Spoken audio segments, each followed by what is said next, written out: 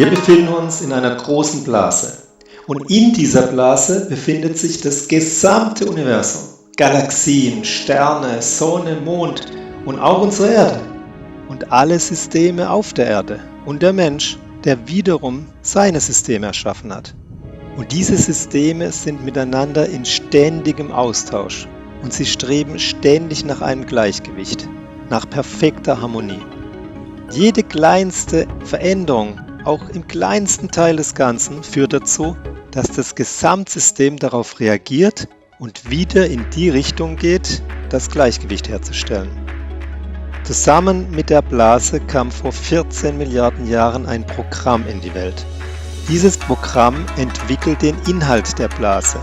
So hat es zuerst die Materie entwickelt, Galaxien, Sterne, Planeten und auch die Erde. Darin die Fauna, dann die Tierwelt und schließlich den Menschen.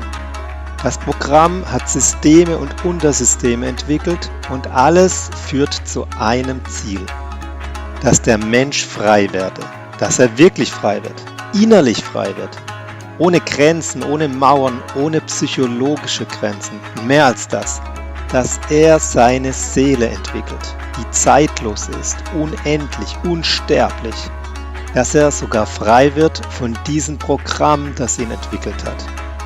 Denn das Programm beruht auf Entfaltung. Jedoch je mehr die Entwicklung weitergeht, die im Menschen mündete, desto mehr geht die Selbstentfaltung auf Kosten anderer. Wenige Mächte bereichern sich auf Kosten vieler Millionen Mitmenschen. Auf Kosten der Natur, der Tiere und der Naturschätze. Das Ungleichgewicht ist so weit gekommen, dass die Mächtigen der Welt sich außerhalb der Natur sehen und denken, sie könnten mit ihr machen, was sie wollen. Und so sind wir am Punkt des Kapitalismus in seiner reinsten Form angelangt. Am Punkt des Neoliberalismus. Und alle Systeme, die die Mächtigen entwickelt haben, basieren auf dem Prinzip der Profitmaximierung. Doch als Menschheit sind wir am Endstadium angekommen. Wie ein Krebskranker im Endstadium, der vom Krebs zerfressen wird. Das ist die kranke Menschheit, die an ihrem selbstsüchtigen Ego selbst erstickt. Das Ego kann sich nicht weiterentwickeln und alles Weitere führt nur zur Zerstörung. Und daher kam jetzt ein kleines Zusatzprogramm, ein kleiner Virus, der Kronenvirus, in die Welt, in diese Blase, in der sich alles befindet. Das hilft dem Menschen, hilft ihm beim Übergang zur nächsten Entwicklungsphase, die endlich zur absoluten Freiheit des Menschen führt. Und wir sollen uns nicht dagegen wehren, denn es ist das Programm der Natur selbst. Wir sollen auch niemanden beschuldigen dafür, nicht gegeneinander kämpfen, nicht die Regierungen haben Schuld, nicht die Mächtigen, auch keine Wissenschaftler, keine Verschwörer, die das Programm, den Virus in die Welt gesetzt haben, um alle Menschen zu beherrschen und zu unterdrücken, sondern es kommt von der Natur selbst. Die einzige Verschwörung ist die Natur selbst. Wir sollen dadurch lernen, uns zu verbinden, dass sich alle Menschen verbinden, unterschiedlichster Denkrichtung, egal welche Partei sie wählen, egal welche politische Ansichten sie vertreten, sondern dass wir uns verbinden und erkennen, dass wir zu ein und derselben Menschheitsfamilie gehören. Dass wir alle gleich sind und gleichwertig, uns nicht definieren nach Reichtum oder Macht. Alle müssen das lernen. So wie der Virus nicht Halt macht vor Mächtigen oder Reichen. Alle sind gleich vor dem Virus. Wir treten ein ins Zeitalter der Verbindung. Und dazu müssen wir lernen, wie diese Gesetzmäßigkeiten der guten Verbindung funktionieren. Wir müssen die Naturgesetze lernen, die alle auf Verbindung und Gleichgewicht basieren. Die integralen Gesetze des Natursystems. Und sie auf uns Menschen anwenden, um zu einer Gesellschaft zu kommen, die auf wechselseitiger Wertschätzung und respektvollem Umgang miteinander beruht.